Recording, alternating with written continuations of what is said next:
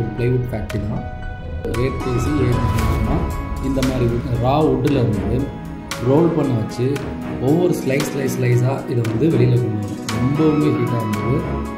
முடிஞ்ச வரைக்கும் அதில் வந்து விலகி வர மாதிரி கொஞ்சம் நடந்து வந்துட்டோம். அது வெளியில் எடுத்து அவங்க வைக்கும்போது எவ்வளோ ஹீட்டாக இருக்குன்னு பாருங்கள். ஒரு 10 செகண்ட் கூட அவங்களால வச்சுருக்க முடியாது. கட் பண்ணி முடித்ததுக்கப்புறம் நீங்கள் அந்த அவுட்புட் பார்க்கணும் அப்படின்னா ரொம்ப கிளியராக இருக்கும். எந்த இடத்துலையும் கேப்ஸ் இருக்காது, ஹோல்ஸ் இருக்காது. இதுலேருந்து பண்ணக்கூடிய ஒர்க்குக்கு நம்ம 10 இயர்ஸ் இல்லை 20 இயர்ஸ் வரைக்கும் தாராளமாக வாரண்டி கொடுக்க முடியும். Welcome to YAHWEH kitchens and interiors. நம்ம YAHWEH கிச்சன்ஸில் பார்த்தீங்கன்னா நிறைய கம்ப்ளீட் இன்டீரியர்ஸ் பற்றின வீடியோஸ் நிறையா போட்டிருக்கோம். ஸோ இந்த வீடியோ பர்டிகுலராக நம்ம எதுக்காக போடுறோம் அப்படின்னா, இன்டீரியர் டிசைனிங் நிறைய மெட்டீரியல்ஸில் நம்ம யூஸ் பண்ணிகிட்ருக்கோம். ஸோ உங்களுக்கே நல்லா தெரியும், மார்க்கெட்டில் நிறைய மெட்டீரியல்ஸ் வந்துக்கிட்டே இருக்குது. டெய்லி ஒரு மெட்டீரியல்ஸ் கூட வந்துகிட்டே இருக்குது. ஸோ மெயின்லி இதை பற்றின ஒரு சின்ன ஒரு வீடியோ கொடுக்கணும் தான் நான் கொடுக்குறேன். ஸோ மார்க்கெட்டில் நிறைய மெட்டீரியல்ஸ் வந்தாலும் ஒரே ஒரு மெட்டீரியலுக்கு எப்பயுமே மார்க்கெட் குறையாது. அந்த மாதிரி ஒரு சில மெட்டீரியல் நீங்கள் பார்த்துருப்பீங்க. அந்த மாதிரி ஒரு சில மெட்டீரியலில் மெயினாக இன்டீரியருக்கு நம்ம யூஸ் பண்ணக்கூடிய ஒரு மெட்டீரியல் தான் ப்ளைவுட். ஸோ இந்த ப்ளைவுட் அப்படின்னா என்ன, இது எங்கேருந்து ரெடி ஆகுது, ஏன் இது வந்து மார்க்கெட்டை இன்னுமே அதிகமாக பிடிச்சிட்ருக்கு, இது எப்படி மேனுஃபேக்சரிங் பண்ணுறோம் அப்படிங்கிற விஷயங்கள்லாம் தெரிஞ்சதுன்னா நீங்கள் கண்டிப்பாக வந்து கண்ணை மூடிட்டு ப்ளைவுட்டை தான் சப்போர்ட் பண்ணுவீங்க. ஸோ என்னோடய ஒர்க்கில் பார்த்தீங்கன்னா 99% நான் இப்போ வரைக்குமே ப்ளைவுட் மட்டும்தான் நாங்கள் ஒர்க் அவுட் பண்ணிகிட்ருக்கோம். ஸோ என்னோடய இன்டீரியரில் ப்ளைவுட்டை ஏன் நாங்கள் அதிகமாக யூஸ் பண்ணுறோம் அப்படிங்கிற ஒரு விஷயத்துக்கும் உங்களுக்கு இதில் ஆன்சர் கிடைக்கும். ஃபர்ஸ்ட் இந்த ப்ளைவுட் அப்படிங்கிறது எப்படி உருவாயிருக்கு, இது பார்த்திங்க அப்படின்னா 17th centuryயில் சாமுவேல் பெந்தம் அப்படிங்கிற ஒருத்தவங்கனால இந்த லேயர் பை லேயராக க்ளூ கொடுத்து கம்ப்ரஸ் பண்ணி இந்த வீனியர்ஸை வந்து டைட் பண்ணுறதுனால இதோட ஸ்ட்ரென்த்னிங் ரொம்ப ஜாஸ்தியாக இருக்கும் அப்படின்னு சொல்லி ஒருத்தர் பேட்டர்ன் வாங்கினார். இது 17th raw material compare to plywood பண்ணும்போது ப்ளைவுட்டோட ஸ்ட்ரென்த் ரொம்பவுமே ஜாஸ்தியாக இருந்தது. அது மட்டும் இல்லாமல் இந்த ஃப்ளாட் சர்ஃபேஸ் இருக்கிறதுனால நம்ம ஃபர்னிச்சருக்கு நீட்டாக எடுத்து ஒர்க் பண்ண முடியும். சாலிட் வுட்டை யூஸ் பண்ணி நம்ம ஒர்க் பண்ணும்போது அதோட அந்த சின்ன சின்ன விஷயங்கள்லாம் நம்ம பார்த்தோம் அப்படின்னா அங்கங்கே ஹோல்ஸ் இருக்கும், பிளாக்ஸ் மார்க்ஸ் இருக்கும், அந்த மாதிரிலாம் இருக்கும். ஸோ அதெல்லாம் அவாய்ட் பண்ணுற விதமாக தான் இந்த ப்ளைவுட்டுங்கிறது அதிகமாக சேலாக ஆரம்பிச்சிது. ஸோ இப்போ இந்த ப்ளைவுட்டை பற்றி நீங்கள் தெரிஞ்சுக்கிட்டீங்கன்னா இந்த ப்ளைவுட் எப்படி வந்து மேனுஃபேக்சரிங் பண்ணுறாங்க, ஸோ இது எப்படி வருது அப்படி டீலர்ஸில் வந்து நிறைய பேர் இந்த மாதிரி ஃபேக்ட்ரிஸ் வச்சுருக்காங்க. ஸோ அவங்களில் ஒரு 2-3 ஃபேக்ட்ரியில் வந்து நம்ம இந்த வீடியோ எடுத்துருக்கோம்.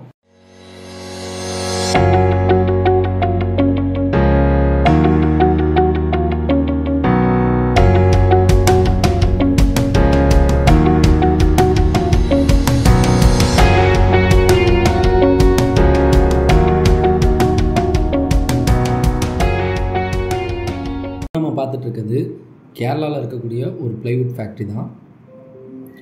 இந்த ஃபேக்ட்ரியோட ஸ்பேஸை பாருங்கள், எவ்வளோ பெரிய ஸ்பேஸாக இருக்குது. இந்த மாதிரி நம்ம ப்ளைவுட் பண்ணுறது அப்படின்னா ஒரு சின்ன ஏரியாவில் பண்ண முடியாது. ஏன்னா இதோட மேனுஃபேக்சரிங் வந்து ஸ்டேஜ் பை ஸ்டேஜாக நடக்கும். ஸோ ஒவ்வொரு இடத்துக்கும் பர்டிகுலராக ஒரு ஸ்பேஸ் தேவைப்படும்.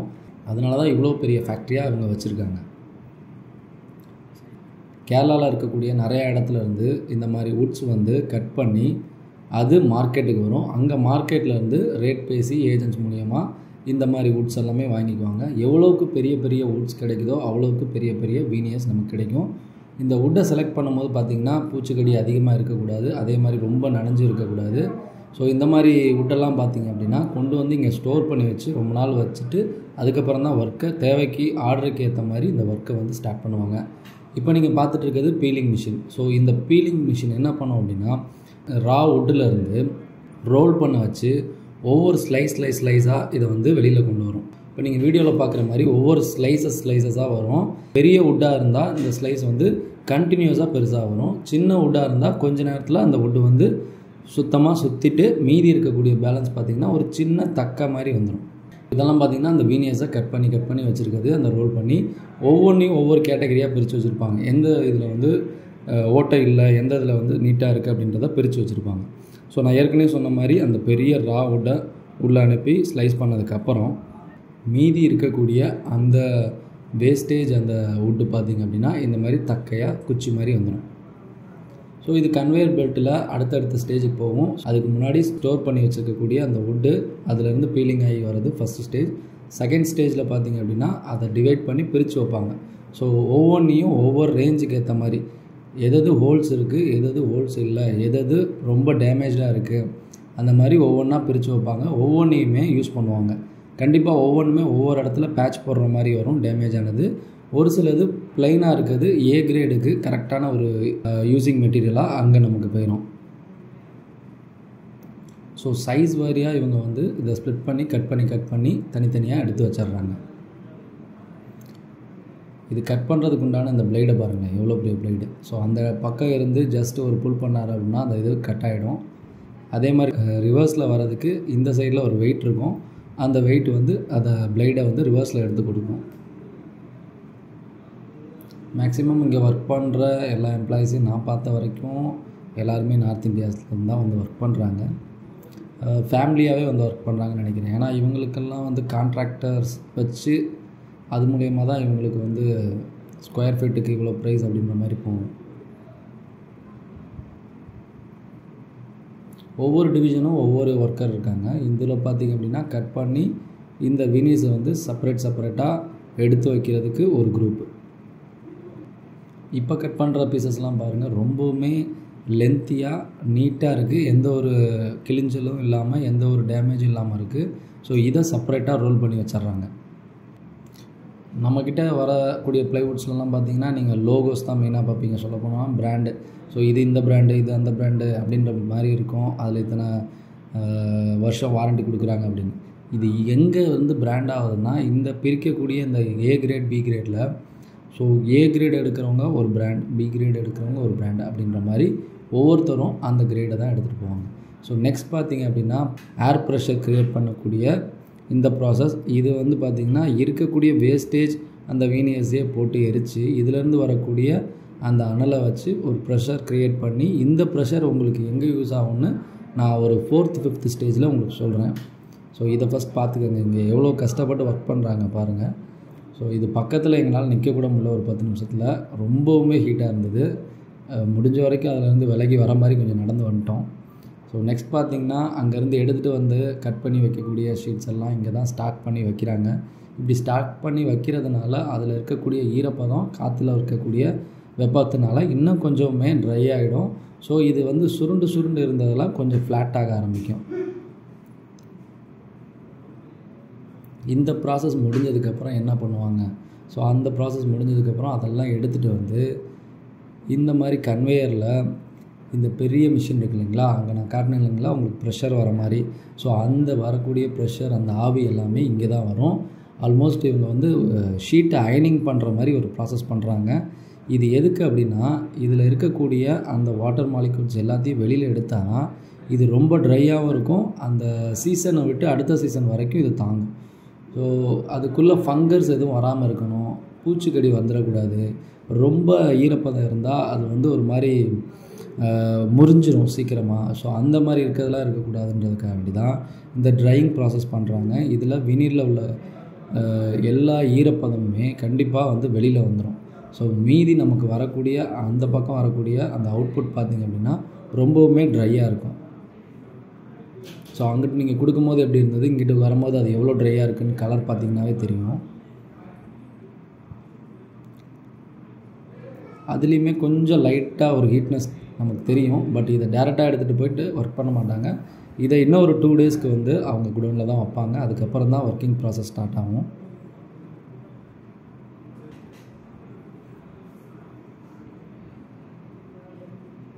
இந்த ப்ராசஸ் முடிஞ்சதுக்கப்புறம் நெக்ஸ்ட்டு ப்ராசஸ் என்ன பண்ணுறாங்க அப்படின்னு பாருங்கள். ஸோ அங்கேருந்து எடுத்துகிட்டு வந்து இதை ஃபுல்லாக இங்கே ட்ரை பண்ணது எல்லாத்தையும் மறுபடியும் ஒரு தனியான ஒரு ஸ்பேஸில் அடுக்கி வச்சிட்றாங்க. நெக்ஸ்ட்டு வந்து க்ளூ வந்து அப்ளை பண்ணுறாங்க. இங்கே கிடைக்கிற க்ளூ பார்த்திங்க அப்படின்னா இங்கேயே ஓனாகவே மேனுஃபேக்சரிங் ஆகும். அதாவது பெரும்பாவூரில் அங்கே இருக்கக்கூடிய எல்லா டிஸ்ட்ரிக்டில் இருக்கக்கூடிய எல்லா மேனுஃபேக்சரருக்கும் இது வந்து சேல் ஆகும். ஸோ இவங்களுக்கு நியர்பையே வந்து க்ளூ கிடச்சிரும். அதுவும் இதெல்லாம் வந்து பார்த்திங்கன்னா டன் கணக்கில் கொடுப்பாங்க. ஸோ என்ன பண்ணுறாங்க அப்படின்னா அந்த ரோலர் வழியாக இந்த வினீர்ஸை அனுப்பும் போது பாட்டம் அண்டு டாப் 2 பக்கமுமே உங்களுக்கு வந்து க்ளூஸ் வந்து அப்ளை ஆகிடும். அதில் எந்த ஒரு இடத்துலையும் கேப் இருக்காது. அதுக்கப்புறம் நெக்ஸ்ட் என்ன பண்ணுறாங்க அப்படின்னா இந்த வினீர்ஸ் எல்லாத்தையும் ஃபஸ்ட்டு வெர்டிக்கலாக ஒரு வாட்டி அலைன் பண்ணுறாங்க, அப்புறம் ஹரிசாண்டலாக ஒரு வாட்டி அலைன் பண்ணுறாங்க. இப்படி மாற்றி இதை வந்து ஒரு கம்பைண்டாக, நான் ஏற்கனவே சொன்ன மாதிரி இதை ரொம்ப கம்பைண்டாக பண்ணும்போது தான் அதோட கம்ப்ரெசிவ் ஸ்ட்ரென்த் அதிகமாக இருக்கும். ஸோ அந்த ஸ்ட்ரென்த் மூலியமாக தான் இது வந்து வெயிட் கெப்பாசிட்டி எல்லாம் ஜாஸ்தி இருக்குது.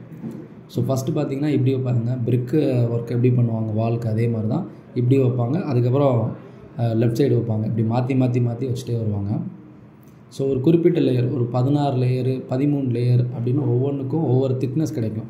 நம்மளோட ப்ளைவுட் திக்னஸ் வந்து ஒவ்வொன்றுக்கும் ஒவ்வொரு திக்னஸ் இருக்கும். 12 அப்படிங்கிறது ஒரு திக்னஸ், 8 அப்படிங்கிறது ஒரு திக்னஸ். இதெல்லாம் திக்னஸ் எல்லாம் முடித்து அடுக்கி வச்சதுக்கப்புறமேட்டு இதுக்கு மேலே ஒரு லேயர் வைக்கிறாங்க பார்த்தீங்களா. ஸோ அதுதான் வந்து ஃபேஸ் வினீர் சொல்லுவாங்க. ஃபேஸ் வினீர்னால் என்னென்னா, இதுக்கு கீழே உள்ளது எல்லாமே ஹார்டாக இருக்கும். இது எல்லாமே பார்த்திங்கன்னா ஜஸ்ட்டு ஸ்ட்ரென்த்துக்காக உங்களுக்கு ஒரு லேயர் பை லேயராக கம்ப்ரஸ் பண்ணுறாங்க. ஃபஸ்ட்டு எப்படி க்ரியேட் பண்ணுறாங்கன்னு பார்த்தீங்க. இப்போ அந்த லேயரை தான் இங்கே கொண்டு வந்து டாப் அண்ட் பாட்டமில் வைப்பாங்க. ஏன் அப்படின்னா இந்த லேயர் ரொம்பவுமே தின்னான லேயர். ரெண்டாவது இதுதான் உங்களுக்கு மேலே இருக்கக்கூடிய ஃபினிஷிங்கை கொடுக்குது. இது மேலே தான் நம்ம லேமினேட் ஒட்டும் போது கிளியராக வருது. ஸோ அதனால தான் இந்த லேயரை ரொம்ப கரெக்டாக பார்த்து வைப்பாங்க. வெளியிலேருந்து இம்போர்ட் பண்ணி இந்த லேயர்ஸை கொண்டுட்டு வருவாங்க. இதே எடுத்துகிட்டு வந்து ஃபஸ்ட் லேயராக வச்சு கம்ப்ரஸ் பண்ணிடுவாங்க. ஸோ அதுக்கப்புறம் இந்த லேயரை வச்சதுக்கப்புறம் அதை வந்து மிஷினில் அந்த பக்கம் வைப்பாங்க. வச்சுட்டு இந்த மிஷினில் பார்த்திங்கன்னா ஃபுல்லி கம்ப்ரஸ்டாக வந்து உங்களுக்கு ஹீட்டு கொடுத்துக்கிட்டே இருக்கும். அது போக ப்ரெஷரும் பண்ணிகிட்டே இருக்கும். இது ரெண்டும் பண்ணுறதுனால அதுக்குள்ளே இருக்கக்கூடிய அந்த கேப்ஸ் எல்லாமே கம்ப்ரஸ் ஆகிட்டு இந்த மாதிரி லேயர்ஸாக வந்துடும். ஸோ அது வெளியில் எடுத்து அவங்க வைக்கும் போது எவ்வளோ ஹீட்டாக இருக்குன்னு பாருங்கள். ஒரு 10 செகண்ட் கூட அவங்களால வச்சுருக்க முடியாது. டக்குன்னு எடுத்துகிட்டு போயிட்டு மறுபடியும் அதை வந்து 2 ஃபேனுக்கு இடையில் லேயராக வச்சுருவாங்க. வெளியில் வரக்கூடிய அவுட்புட் இப்படி தான் இருக்கும். இந்த அவுட்புட் ஃபைனல் ஸ்டேஜுக்கு முன்னாடி உள்ளது இந்த ப்ளைவுட். இந்த ப்ளைவுட்டில் பாருங்கள் லெஃப்ட் அண்ட் ரைட்டு கட் பண்ண ஆரம்பிச்சிருக்காங்க. ஏன் அப்படின்னா இதுக்கு 4 சைடையுமே நம்ம கட் பண்ணி 8/4 அப்படிங்கிற சைஸுக்கு ரெடி பண்ணுவாங்க. ஆனால் வெளியில் இருக்கக்கூடியதுலாம் ரா ப்ளைவுட்ஸு அதெல்லாம் வெளியில் தெரியும். நமக்கு வந்து இப்படி தான் வரும். இது வந்ததுக்கப்புறம் கட் பண்ணி இந்த கார்னர்ஸை வந்து ஸ்ட்ரைட் பண்ணி நம்ம கொடுப்போம். ஃபஸ்ட் பார்த்திங்கன்னா வெறும் லென்த்தில் மட்டும் கட் பண்ணுவாங்க. அதுக்கப்புறம் 8 ஃபீட்டுக்கு வச்சு 8 ஃபீட்டை கட் பண்ணுவாங்க. ஸோ ஒரேடியாக அவங்க வந்து 8/4 மாற்ற மாட்டாங்க. ஒரே இதில் வச்சு 4/4 கட் பண்ணிட்டே வருவாங்க. அப்புறம் 8 லென்த் பக்கம் இருக்கிறத வச்சு ஒரு பக்கம் கட் பண்ணுவாங்க. கட் பண்ணி முடித்ததுக்கப்புறம் நீங்கள் அந்த அவுட்புட் பார்த்திங்க அப்படின்னா ரொம்ப கிளியராக இருக்கும். எந்த இடத்துலையும் கேப்ஸ் இருக்காது, ஹோல்ஸ் இருக்காது. ஸோ அந்த மாதிரி வரக்கூடிய வினியர்ஸ் ஸ்டார்டிங்லேருந்தே எண்டிங் வரைக்கும் இதோட கிரேடு என்னங்கிறத ரெடி பண்ணி வச்சுருவாங்க. இது முடிஞ்சதுக்கப்புறமேட்டு இதை பிரிச்சுட்டு கெமிக்கல் ட்ரீட்மெண்ட் பண்ணுவாங்க. இதில் தான் வந்து உங்களுக்கு பெஸ்ட் கண்ட்ரோல்ஸ் எல்லாமே கெமிக்கல்ஸ் எல்லாமே ஆட் ஆகும். அந்த கெமிக்கல்ஸ் பார்த்திங்க அப்படின்னா ஈரப்பதத்தினால ஒன்றும் ஆகாத மாதிரியும், ரெண்டாவது பார்த்திங்க அப்படின்னா டெர்மைடு, பூச்சி இதெல்லாம் கடிக்கக்கூடாதுன்றதுக்காக வேண்டி போடக்கூடிய லேயர். ஸோ இது போட்டு ஒரு 2 hours 3 hours அது ஃபுல்லாக காஞ்சதுக்கப்புறம் தான் இதை வந்து நமக்கு சேலுக்கு கொடுப்பாங்க. ஸோ இதுதான் அவுட்புட். இப்படி தான் வந்து ஸ்டோர் பண்ணி வச்சுருவாங்க. இந்த ஸ்டோர் பண்ணி வைக்கிறதுலேயே உங்களுக்கு தெரிஞ்சிடும் ஒவ்வொன்றும் ஒவ்வொரு கலரில் இருக்கும். ஸோ ஒரு இதில் பார்த்திங்க அப்படின்னா ஜங்கிள் வுட் மட்டும் யூஸ் பண்ணியிருப்பாங்க. ஒரு இதில் பார்த்திங்கன்னா மாங்கனி ப்ளஸ் ஜங்கிள் வுட் யூஸ் பண்ணியிருப்பாங்க. அந்த BWR BWக்கு மட்டும்தான் சில்வர் மாங்கனி யூஸ் பண்ணுவாங்க. நார்மலாக ஜங்கிள் வுட்ன்றது MR கேட்டகரியில் போயிடும். ஸோ அதெல்லாம் கொஞ்சம் வாட்டர் அப்சர்வேஷன் கம்மியாக இருக்கக்கூடியது. இப்படி தான் ஸ்டார்டிங்லேருந்து எண்டிங் வரைக்கும் இந்த ப்ளைவுட் ப்ராசஸ் மேனுஃபேக்சரிங் ப்ராசஸ் வந்து ரெடியாகி கஸ்டமரான வெண்டர்ஸான எங்களுக்கு எல்லாமே கைக்கு வருது. ஸோ இந்த மாதிரி இடங்களில் போய் நாங்கள் டேரெக்டாக எடுக்கிறதுனால குவாலிட்டி அப்படிங்கிறது நாங்கள் ஒவ்வொரு தடவையும் வந்து செக் பண்ணி எடுக்கிறதுனால கரெக்டான குவாலிட்டியும் கரெக்டான கிரேடும் எங்களுக்கு நல்லா தெளிவாகவே தெரியும். இதுலேருந்து பண்ணக்கூடிய ஒர்க்குக்கு நம்ம 10 years இல்லை 20 years வரைக்கும் தாராளமாக வாரண்ட்டி கொடுக்க முடியும். இந்த இடத்துல நீங்கள் மேனுஃபேக்சரிங் ப்ளைவுட்டை பற்றி தெரிஞ்சுக்கிட்டீங்க.